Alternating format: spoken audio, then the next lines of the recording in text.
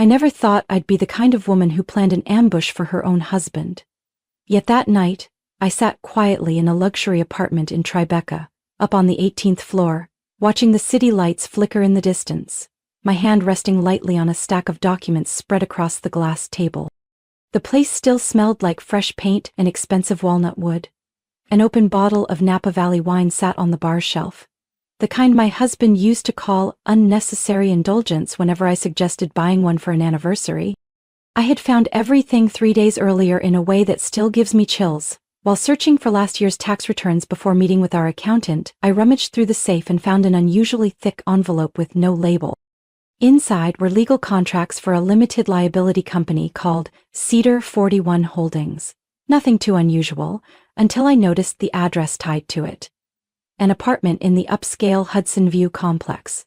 Jason once joked it was where money launderers buy property. My hands trembled as I read the transfer statement. Over $280,000 pulled from our joint investment account, the same one we'd built up to retire in Charleston.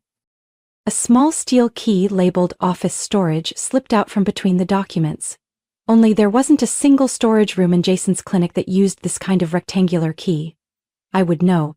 I'd designed the layout myself when he first opened the place. I stayed quiet. No tears, no confrontation, just a plan. Instead, I spent the next 3 days uncovering everything I needed to know. Jason had a client dinner scheduled for Saturday night. It was on the shared calendar. He liked to keep everything synced so I'd never have to guess. I just smiled. Lately, these dinners had become frequent.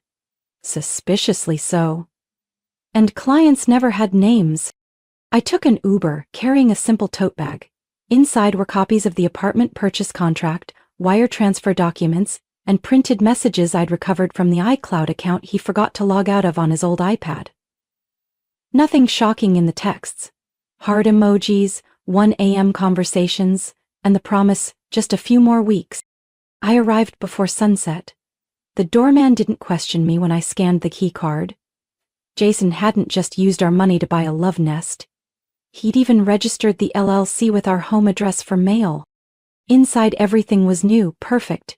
A shiny brown Italian leather couch, Scandinavian glass chandeliers, and a fresh set of sheets that still smelled like detergent.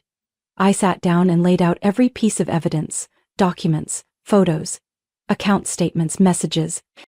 Beneath every page was a year I had stood behind Jason, when he was unemployed, when his first eye surgery failed, when his mother was hospitalized for 3 months.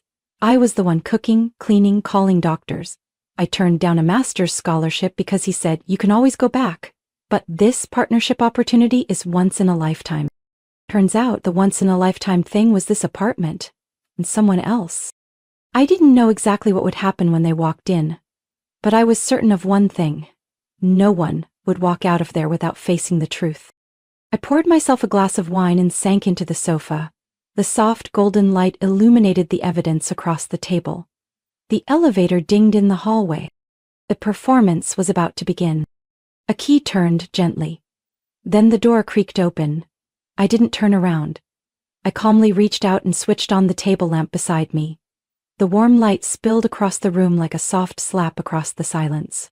Jason froze at the threshold.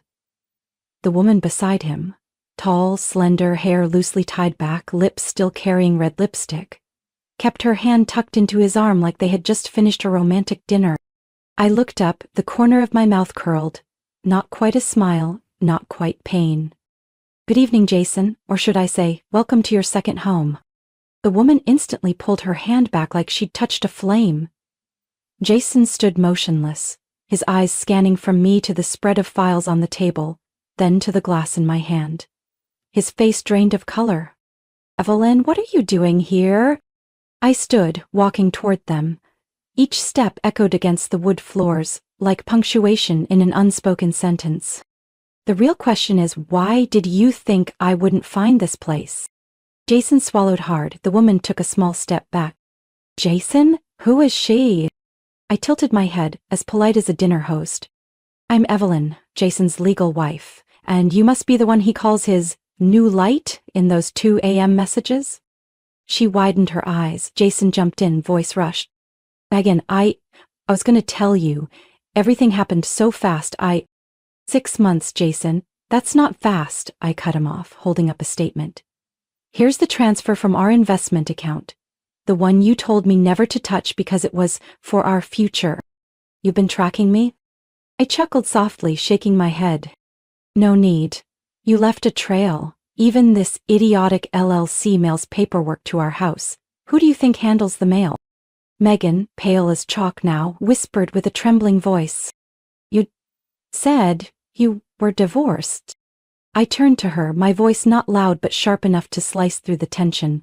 I made him breakfast this morning. Divorced? If that's true, I can sue you both for fraud and misuse of marital assets. Jason stepped back, bumping into the doorframe. He had never seen this version of me. Not the Evelyn who avoids conflict. Not the woman who stays silent when hurt.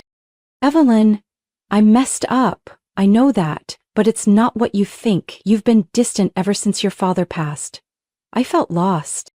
I blinked once, then walked over to the table and picked up a printed text message from iCloud. I told her I stopped caring. That I'd been emotionally absent since the funeral. That I'd become a stranger. Jason, do you remember I turned down a scholarship from UCLA to stay and care for your mother? I sold my car. I quit my job to help you open your first clinic. And now you reduce me to being cold? My voice wasn't raised, but Megan still took another step back. She looked at Jason like she was truly seeing him for the first time. Jason stammered. I didn't mean to hurt you. But you did. And not just once. You used our money to buy another woman a bed. And you're calling that a mistake? I turned to Megan, eyes fixed on her.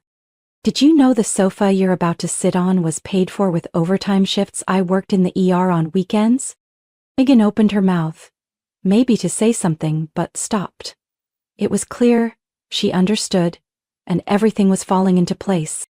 I looked at them both and nodded slightly. Good, now everyone knows who was betrayed, who paid for it, and who directed this whole show. I returned to the couch, poured another glass of wine, completely calm, like wrapping up a meeting. Anyone want a drink? We've got plenty to discuss. Property, legal responsibility, and of course, the number of years in prison if I decide to sue for financial fraud. The room went still. Jason didn't move. Megan just stood there, pale as a sheet. The next morning, I woke up in the house that used to belong to both of us. Now, it was just mine. Jason never came back. And I didn't expect him to. I sat at the kitchen table, morning sunlight spilling through the windows, my phone placed in front of me. Not waiting for a message from Jason, but from Riley Spencer, my best friend from college and one of Chicago's top divorce attorneys. In legal circles, they called her the diffuser for her ability to handle volatile cases like disarming explosives. Precise, cold, efficient. Riley texted a single line. Meet me at 11. Bring everything. I didn't need to ask questions. I'd been ready for this a long time. I pulled out a leather envelope from the drawer in my home office, one I had prepared over a year ago, when I first sensed the shift in our marriage. Inside was the post-nuptial agreement I had begged Jason to sign when he expanded his clinic the second time. It's just precautionary paperwork, I'd said back then, casually. Jason had chuckled, calling me paranoid from getting older, then signed without reading closely. That document had a very specific clause, financial infidelity. If either party used shared marital assets for undisclosed personal purposes, especially involving an extramarital affair, the other would receive 70% of the marital estate and sole ownership of the primary residence. Jason didn't remember it. But I never forgot. Before heading to Riley's office, I reviewed the documents again. The condo purchase contract under the LLC, wire transfers from our investment account, and a full financial report I'd requested from someone in my past. That someone was Grant Ellis, my first boyfriend from law school. He now worked at an investment bank and kept in casual contact. I'd sent him a message. Need to verify an LLC linked to my husband. Can you help?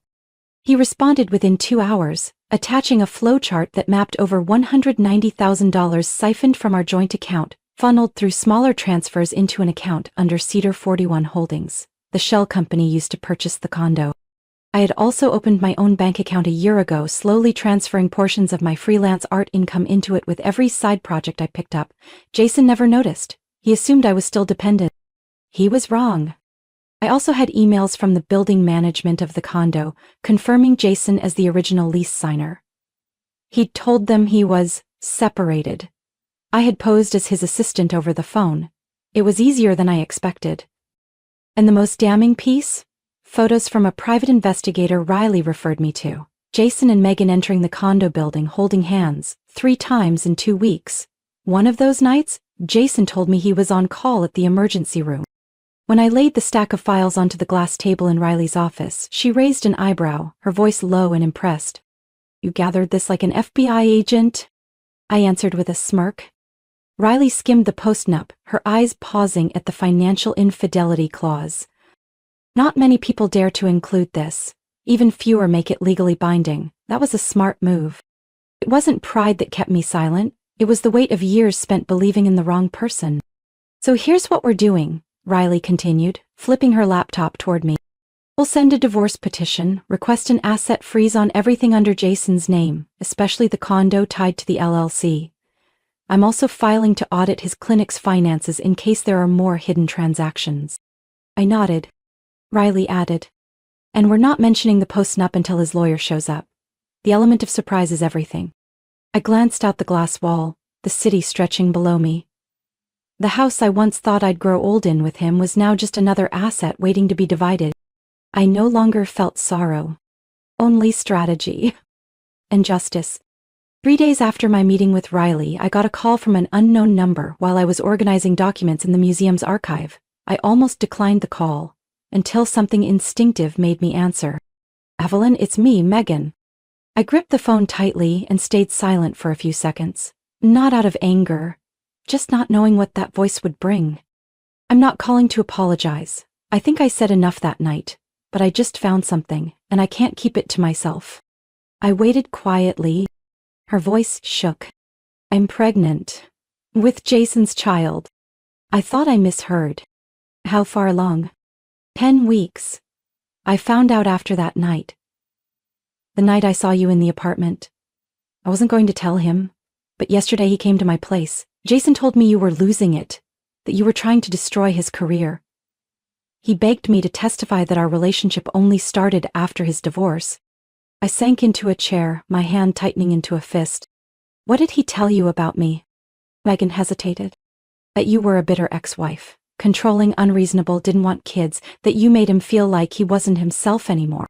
My throat tightened. For 3 years I'd tried to convince Jason to get fertility tests. He always found an excuse. Too busy, unstable finances, or that he didn't want to force fate.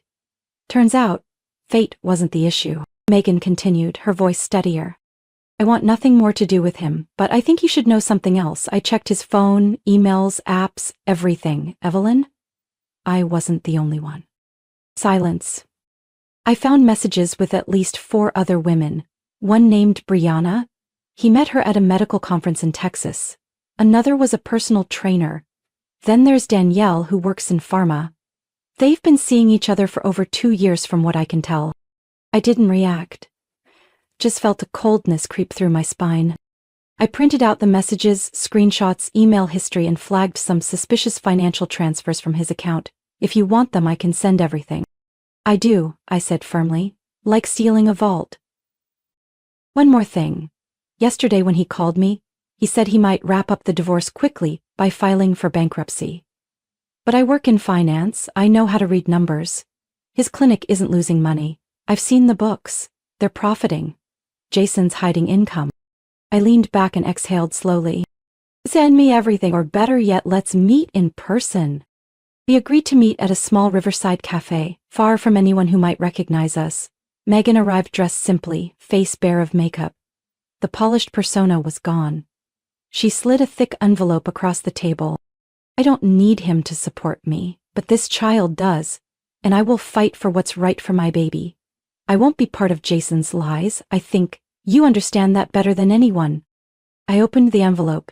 Inside were undeniable pieces of evidence, chats with multiple women, message screenshots, secret meeting arrangements, and a detailed transfer report showing money funneled from his clinic to a hidden secondary account.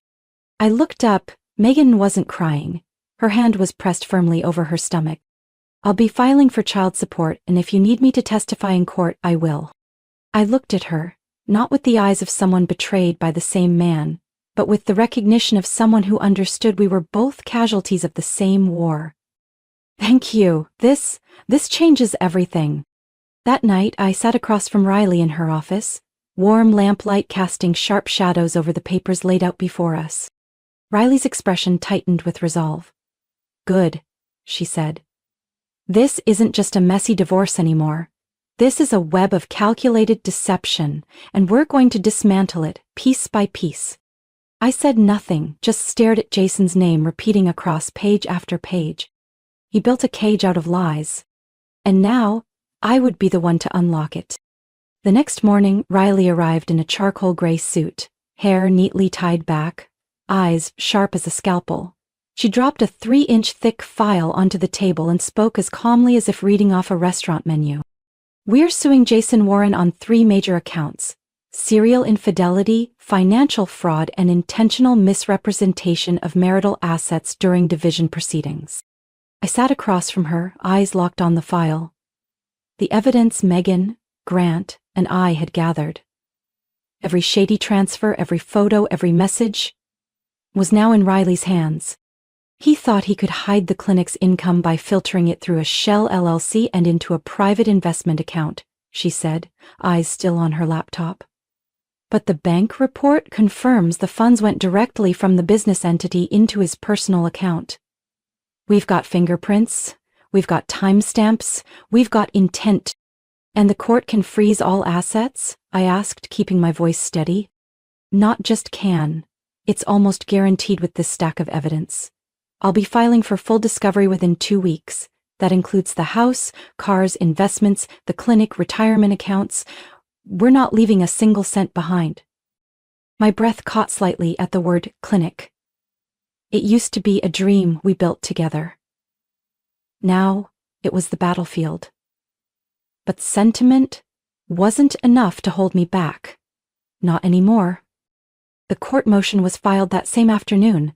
2 days later, an emergency ruling came through. Freeze on all assets under Jason's name, both personal and business, including the Tribeca condo and any account linked to Cedar 41 Holdings. That Saturday morning, I was arranging flowers in the living room when the doorbell rang. I opened the door. Jason stood there, not the composed version I remembered. His shirt was wrinkled, eyes sunken. He held a small wooden box, the keepsake I had crafted for our 15th anniversary. "Evelyn, we need to talk." I leaned against the doorframe, arms crossed, expression unmoved. "It's too late, Jason. I'm not here to cause trouble. I just want to talk. About everything. We had good years, remember? That winter trip to Vermont where you said, 'This is where I want to retire'? I was planning to buy that land. I swear." I cut him off, my voice neither cold nor warm. "You're not here to apologize. You're here to tug at my memories.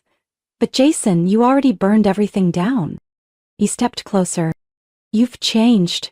You're cold, harsh. This isn't the Evelyn I loved." I looked him in the eyes. "You're right. I'm not that woman anymore, but don't forget, I didn't become this person on my own. You made her." Jason said nothing. His grip tightened around the wooden box, knuckles white.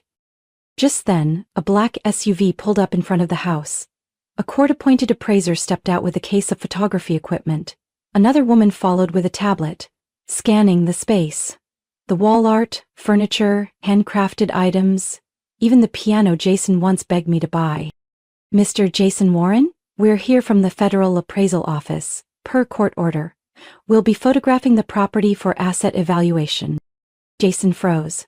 I stepped aside quietly and opened the door wider. "Go ahead. There's plenty worth documenting in this house." Jason backed all the way to the curb, unable to step inside. His eyes scanned the home like it was unfamiliar. And now, more than ever, he didn't belong here. I didn't raise my voice. I didn't need to. I simply stood there, calmly witnessing the unraveling of everything he once hid, manipulated, thought he controlled, now stripped away layer by layer. by law, by proof, and by a silence sharper than any words. As the appraisers began photographing the office, Jason turned and walked away, retreating to his car. I didn't stop him. I didn't even look back. I closed the door behind me, on him, on the past. The story wasn't over, but from here on out, the words were mine.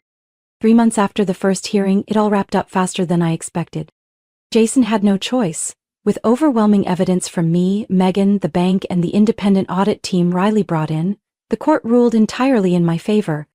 I was granted 75% of our shared assets, sole ownership of the house we once lived in, and a monthly spousal support payment for 3 years, enough to rebuild my life without depending on anyone. Jason kept the clinic under his name, but it wasn't smooth sailing. The independent financial investigation Riley initiated expanded when signs of tax evasion and unreported cash withdrawals over the past 2 years emerged. Federal auditors were now involved. The Tribeca condo was sold per the divorce agreement. The proceeds were split evenly. I didn't need a cent from that place built on lies. But I didn't reject my share either. It was what I was owed, not for the money, but for the justice. Jason never resurfaced after the final ruling. His attorney sent a letter asking to settle things quietly. I let the silence speak for itself. I had too much to do.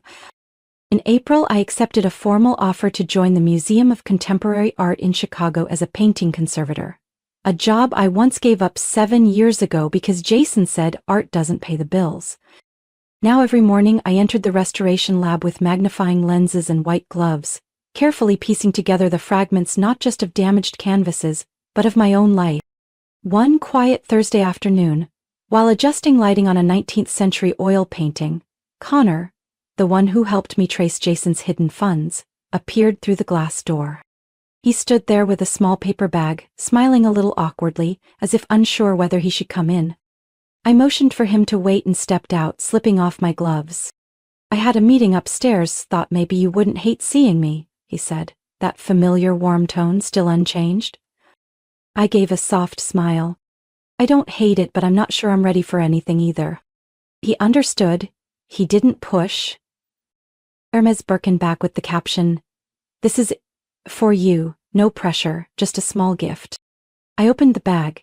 Inside was a small glass orb, clear with a delicate light blue water lily blooming inside, quietly beautiful. I looked at him, waiting for an explanation. "You once said water lilies grow from the mud but still reach for the light. I thought it reminded me of you. You didn't need anyone to lift you. You bloomed in your own way." I chose silence. And in that stillness something long dormant began to soften inside me. Connor stepped away after that. No follow-ups, no expectations. Just a small folded note tucked beside the orb. "If one day you'd like to grab coffee, no rush, no pressure. See." That evening, I placed the water lily orb on the windowsill of my new apartment. The lights from the building across the street cast a glow through it, making the tiny petals shimmer softly. I poured myself a glass of white wine, sat down at the old oak table I brought from the old house, and opened my laptop. I continued reading a research draft on 18th century painting restoration. No one interrupted me, no incessant phone calls, no more questions like, "What are you doing?" paired with judgmental looks. Just me, and my own choices. Megan had given birth to a daughter earlier in the month, according to a short message she sent.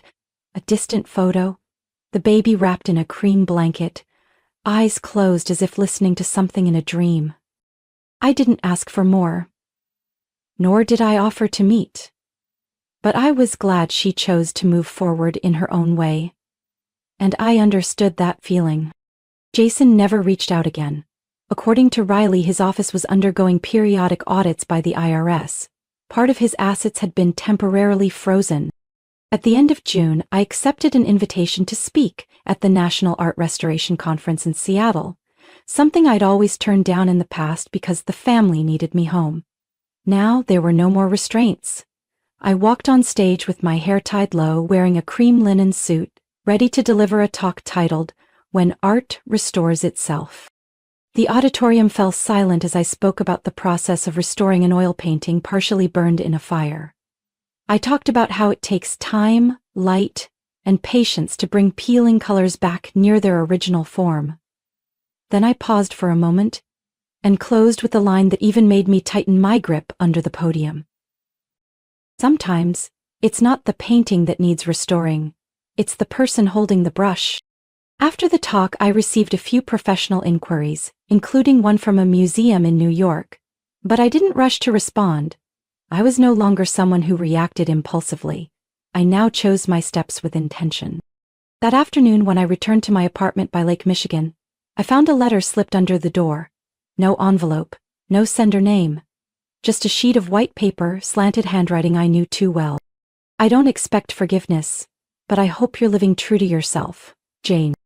I folded the paper and placed it in the bottom drawer of my desk.